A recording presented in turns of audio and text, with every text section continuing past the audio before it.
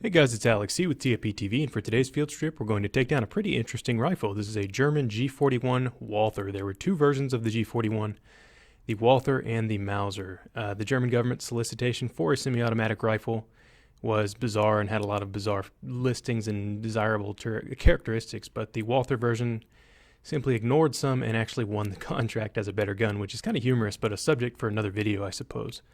I do have a G41 Mauser version that I can show in a future field strip, and yeah, that would be kind of cool to do as well, and show both side by side. But you can see this one has some battle damage near the rear, which is kind of neat as well. Makes the rifle a little bit more storied and has some character, of course. You're going to want to lock the carrier to the rear by pressing that tab and put the safety on. At this point, you can press this little button on the rear of the bolt and carrier group and then lift it up and out. Now go ahead and set that aside. Now these do actually trap gas at the muzzle to function. I go into this in the shooting video a little bit and talk about how it works, but for the purpose of the field strip video, just press this little detent and unscrew the nose cone. The nose cone has some lobes that redirect gas backwards towards the rifle, which is interesting. This allows you to remove the sleeve that contains the actual piston. And the sleeve does have the front sight on it, which is kind of strange. You'd think that it would heat up and then shift the point of impact, but remove this barrel band here. I do a quick time lapse just so you don't see me struggling with it. It is kind of a pain to do. And then go ahead and remove the second barrel band, or I guess handguard / barrel band. This is actually the hardest part of field stripping this gun. I really hate messing with those little flat springs, and this beat up my fingernails pretty good. Now once you've got that removed, you are free to go ahead and remove the handguard. Under the handguard, you can actually see what would be akin to an operating rod. And it does rebound. It is set on top of some recoil springs, or return springs, I should say.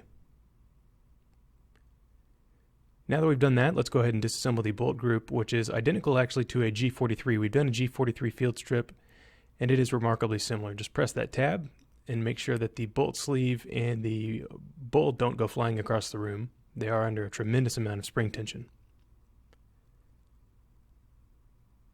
And you can see how the system unlocks when that operating rod or link impinges upon that sleeve.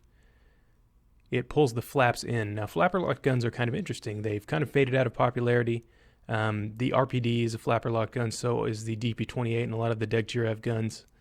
The Dishka is the last one that's really holding on with any significance, but they are mechanically interesting. The EM2 also was a flapper locked gun. So as you can see, I basically just pulled out the centerpiece there, removed the flaps, pull out the firing pin extension, and remove the firing pin, which looks just like a giant roofing nail.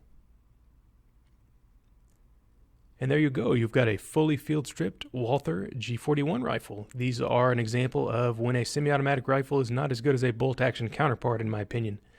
When you're done shooting with these for a day of corrosive ammunition and then you go to clean it, they are just a bitch to take apart. The nose cone especially. It really likes to stay on there after you've let it sit for a few hours in the humid Texas sun. But all in all, these are reliable. I can't say that I've actually had any malfunctions, but I also haven't taken one to war and let one sit for more than it should have. I can see, however, how basically I would have written it off as problematic. I would have preferred to have a Mauser or any alternative to this. The G43 was a better gun, and that's saying something. The G43 wasn't especially good either. But if you'd like to see me shooting this gun, I do have a shooting video, which you can click the link in the end card to access, or click the link in the description for mobile users.